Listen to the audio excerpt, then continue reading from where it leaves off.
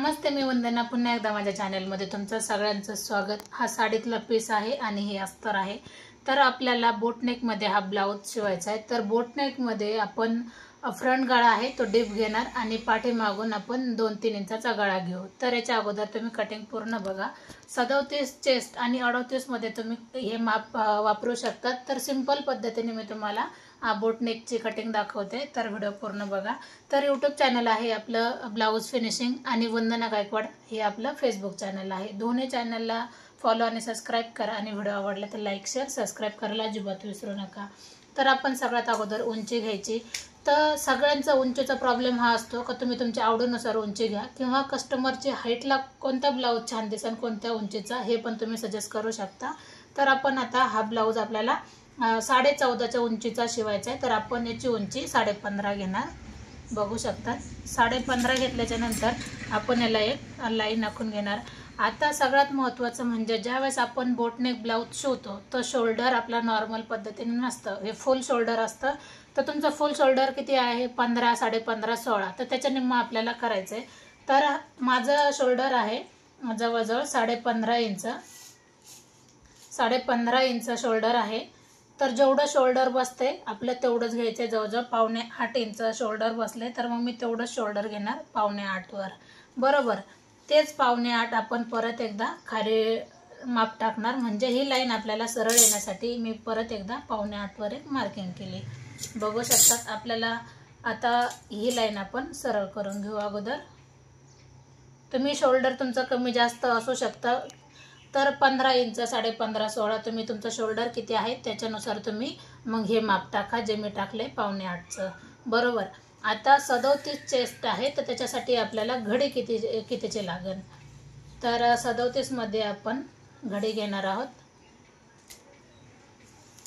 आता round figure तुम्ही 38 जरी धरला तरी चालते। आता किती आले? 9.25 इंच, 9.25 इंच आपली घडी आली। तर आपण 9.25 इंचाला एक मार्किंग दिली, त्याच्यानंतर आपण 2 इंच कंपल्सरी मार्जिन ठेवू शकतो, शिलाई मार्जिन ठेवू शकतो। आता आपल्याला काय करायचं आहे? पाठीमागं यायचं आहे जवळजवळ अर्धा इंच किंवा 1 इंच, पाऊण इंच, 1, अर्धा, पाऊण तुम्ही घेऊ शकता, काहीच हरकत नाही, एकदम फिक्स माप बसून जातं। आणि कधी पण आपण ज्या वेळेस कॉलर शिवतो किंवा आपण बंद गळ्याचे ब्लाउज शिवतो तर त्यावेळेला आपल्याला अर्धा इंच डाऊन करावं लागतं, बरोबर। मग खाली शोल्डर मुंडासाठी किती येतं? जवळजवळ 7 इंच येऊन जाते, बरोबर। आता आपल्याला गळा किती घ्यायचा ते तुम्ही तुमच्या आवडीनुसार असते, पण मला गळा लागतोय जवळजवळ 3 इंचाचा, मला जास्त नको आहे, मला बंदच लागतोय। तर मग मी 3 इंचाचा घेते शिवून, याच्यामध्ये अर्धा इंच गेला तर 3.5 इंचाचा ओपन गळा होऊन जाईल। आता त्याच्यानंतर आपल्याला डीप किती पाहिजे? तर मी 6.5 घेते, 6.5 घेते, गळा तो 6 इंचाचा होऊन जाणार। आता वरती आपण 3 इंच घेतले तर खाली पण आपण 3 इंचच घेणार। सॉरी, हा पाठीमागचा गळा आहे तर आपण पाठीमागच्या गळ्यानुसारच बघू। आता आपल्याला पाठीमागून गळा किती घ्यायचा आहे? 1.5 इंच, बरोबर। तुम्ही 1.5 घ्या, 2 घ्या, 3, 4 तुम्हाला काय लागते त्यानुसार घ्या। पण ज्या वेळेस तुम्हाला गळा लागतो तर त्यावेळेस तुम्ही 4 इंचापर्यंत किंवा 4.5 इंचापर्यंत हे माप घेऊ शकता बोटनेकसाठी। तर मी हे किती घेतले? 3 इंच घेतले, तुम्ही 4, 4.5 घेऊ शकता। आता मी पाठीमागचा भाग तुम्हाला दाखवते। तर मी पाठीमागून 1.5 इंच घेतले, तेच 1.5 इंचाचा मी एक बॉक्स तयार केला आहे, बघू शकतात।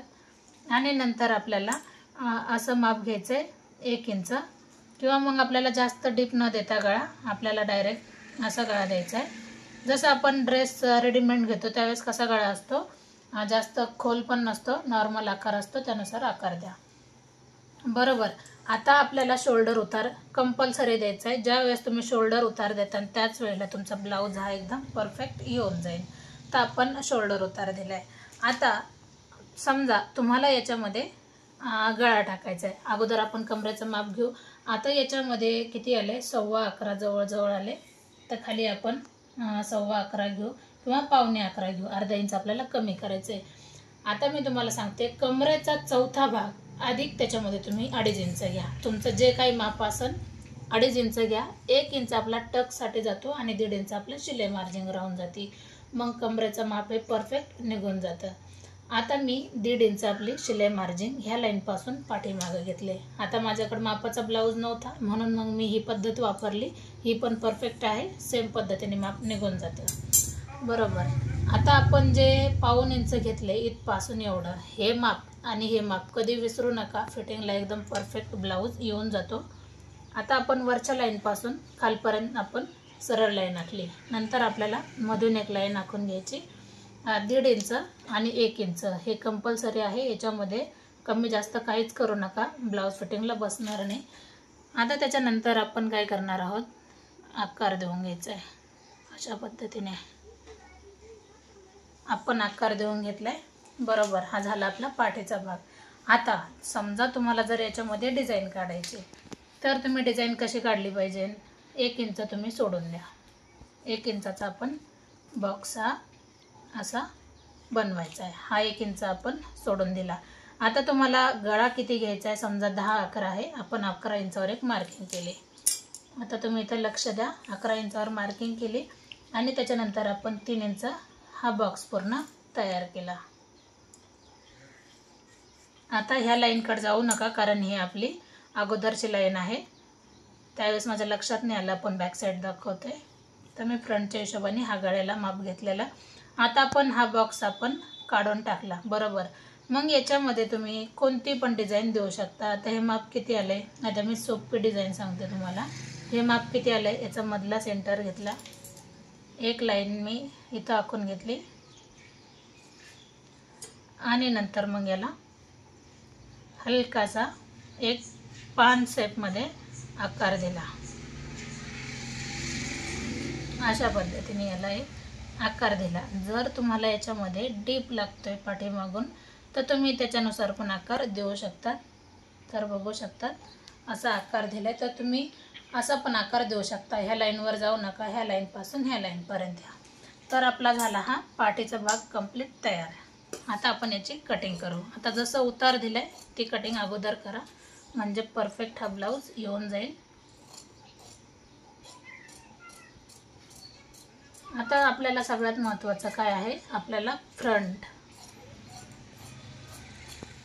आता हे माप जसं आहे तसं आपल्याला उचलून घ्यायचं आहे आणि नंतर मग आपल्याला ही जी कड आहे ते आपल्याला पूर्ण काढून टाकायची. तर आपण एक लाईन आखून घेऊ याला. आता हा भाग जो आपण कट केलाय सेम पद्धत जसं आपण नॉर्मल ब्लाऊज कटिंग करतो तर त्यावेळेला पण आपण हा भाग पूर्ण उचलून घेतो, त्यानुसारच आपल्याला उचलून घ्यायचं आहे. आता ह्या लाईननुसार आपण बंद भाग त्याच्यावर ठेवला आहे. थोडंसं प्रेस करा म्हणजे तुमच्या लक्षात येऊन जाईल का तुम्हाला लाईनिंग कोणत्या कोणत्या मार्किंग करायच्यात. आता मी अगोदर आता पट्टीच्या सहाय्याने नाही केलं तरी पण चालते, तर मी असं आखून घेणार.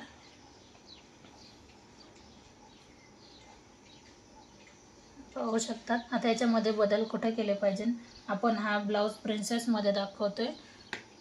थोडंसं प्रेस केलं, गळ्याची मार्किंग लक्षात येते, जेवढे मार्किंग लक्षात येते तेवढं मी करून घेतली. आता आपल्याला हा फ्रंट पण लक्षात आला आहे तर आपल्याला कटिंग कुठून करायची. पाहू शकतात ही फिटिंग लाईन झाली, ही गळ्याची मार्किंग झाली. परत एकदा आपल्याला चेक करायचं आहे तर गळा परफेक्ट आहे. 6.5 इंचाचा आपण गळा घेऊ तर 6 इंच हा बरोबर होऊन जाईल. नंतर आपण याला जोडून घ्यायचे. आता याच्यामध्ये पण तुम्ही वेगळ्या वेगळ्या पद्धतीचे गळे देऊ शकतात, काही हरकत नाही. गोलच दिला पाहिजे असं काही नाही, पण मला हा गोलच लागतोय तर मी याला गोलच देते. आता आपल्याला काय बदल करायचा आहे, कंपल्सरी आपल्याला 1 इंच प्रिन्सेससाठी हे जास्तच घ्यायचं आहे. प्रिन्सेस साईज कोणती पण असू द्या, 1 इंच जास्तच घ्या म्हणजे ब्लाऊज एकदम परफेक्ट असा बसून जातो. आता प्रिन्सेससाठी आपल्याला काय करायचं आहे, 3.5 इंच आपण आडवा माप घेऊ. इथपासून आपण 3.5 इंच घेतले, वरून आपण घेऊया 10.5 इंचावर. टक्स पॉईंट निघाल आपला 10 इंचाचा, अर्धा इंच वरती जाते. हीच लाईन आपण थोडीशी खाली घेतली. आता आपल्याला चेस्टनुसार टक्स घ्यायचा आहे, तर आपण टक्स कितीचा घेतला पाहिजे, 2.5-3 इंचाचा जरी घेतला तरी चालते. 38 चेस्ट असेल तर तुम्ही जवळजवळ 3 इंचाचा घ्या. आता मी घेते 2.5 इंचाचा 37मध्ये. असं काही नाही, हेवी चेस्टनुसार तुम्ही हा टक्स घेऊ शकतात. तर मी ही लाईन ह्या लाईनला वरती जोडून घेणार. आता तुम्हाला काय करायचं आहे, हे 2.5 इंच जे घेतले ते आपल्याला बाहेरच्या बाजूने 2.5 इंच घ्यायचे. आता जे आपण मार्किंग सगळी आखून घेतली त्याच्या बाहेर आपण गेलो आणि नंतर ते कवर करण्यासाठी आपण हे माप घेतले. आता नंतर आपण इथं तिरकी एक लाईन आखून घेऊ. मी याच्यासाठी 1 मीटर कपडा घेतलेला, ही गोष्ट लक्षात घ्या. आता आपल्याला हे 1 इंच जे जास्त घेतले त्या खालच्या लाईनपासून आपल्याला वरती यायचे, ह्या लाईनपासून आपल्याला इथं जोडायचे आणि नंतर मग आपण हा जो मधला सेंटर आहे तिथपासून आपण याला आकार देऊन घ्यायचा आहे. अशा पद्धतीने बघू शकतात, खूप सिंपल पद्धत आहे प्रिन्सेसची. आपण बोटनेकमध्ये समजा तुम्हाला जर गळा वरती लागतोय तर तुम्ही ही साईज वाढवा आणि गळा थोडासा वरती घ्या, ज्याच्या त्याच्या आवडीनुसार असते, ही गोष्ट लक्षात घ्या. आता आपण याची कटिंग करू. जसा ब्लाऊज लागते त्यानुसार माप सगळी बदलली जाते. सगळ्यांची पद्धत वेगवेगळी असते. त्या तुम्हाला माझी पद्धत आवडते का नाही नक्कीच कमेंट करा. हर एक कमेंटचं उत्तर आपण लगेच देतोय. आता आपण हा अगोदर फ्रंट भाग कट करू.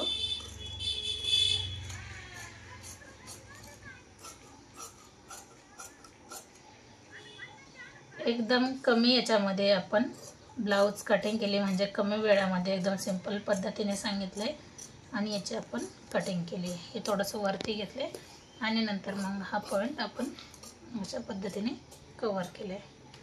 तर बघू शकतात, हा तुम्हाला कसा वाटला ब्लाऊज कटिंग नक्कीच कमेंट करून सांगा.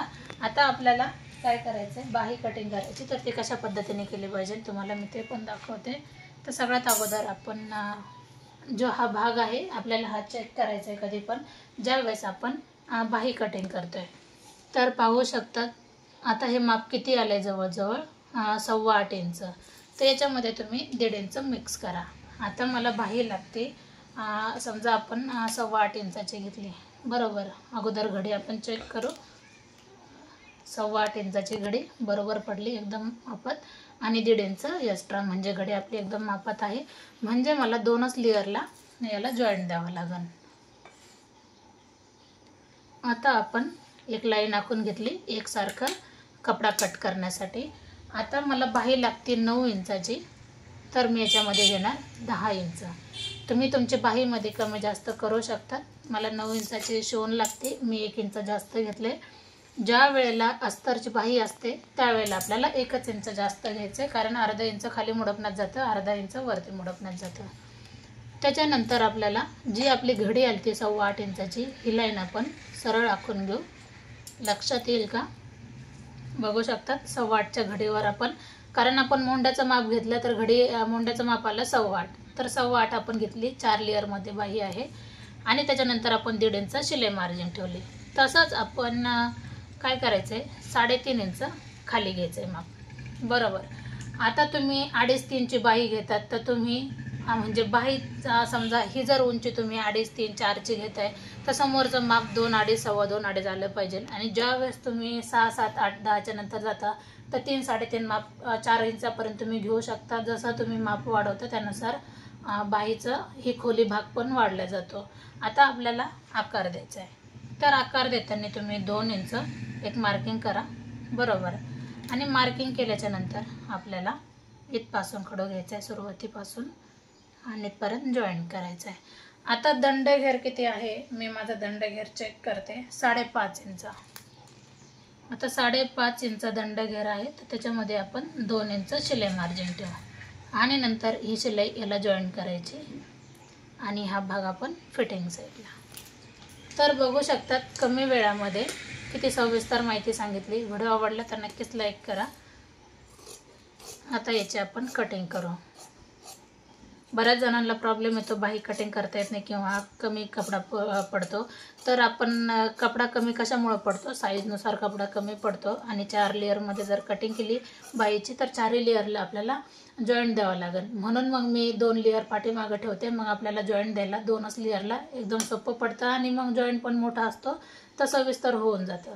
तर अशा पद्धतीने ही कटिंग पूर्ण झाली. व्हिडिओ आवडला तर नक्की लाईक करा, शेअर करा, सबस्क्राईब करायला अजिबात विसरू नका. पुन्हा भेटू नवीन चांगल्या व्हिडिओमध्ये. तोपर्यंत नमस्ते.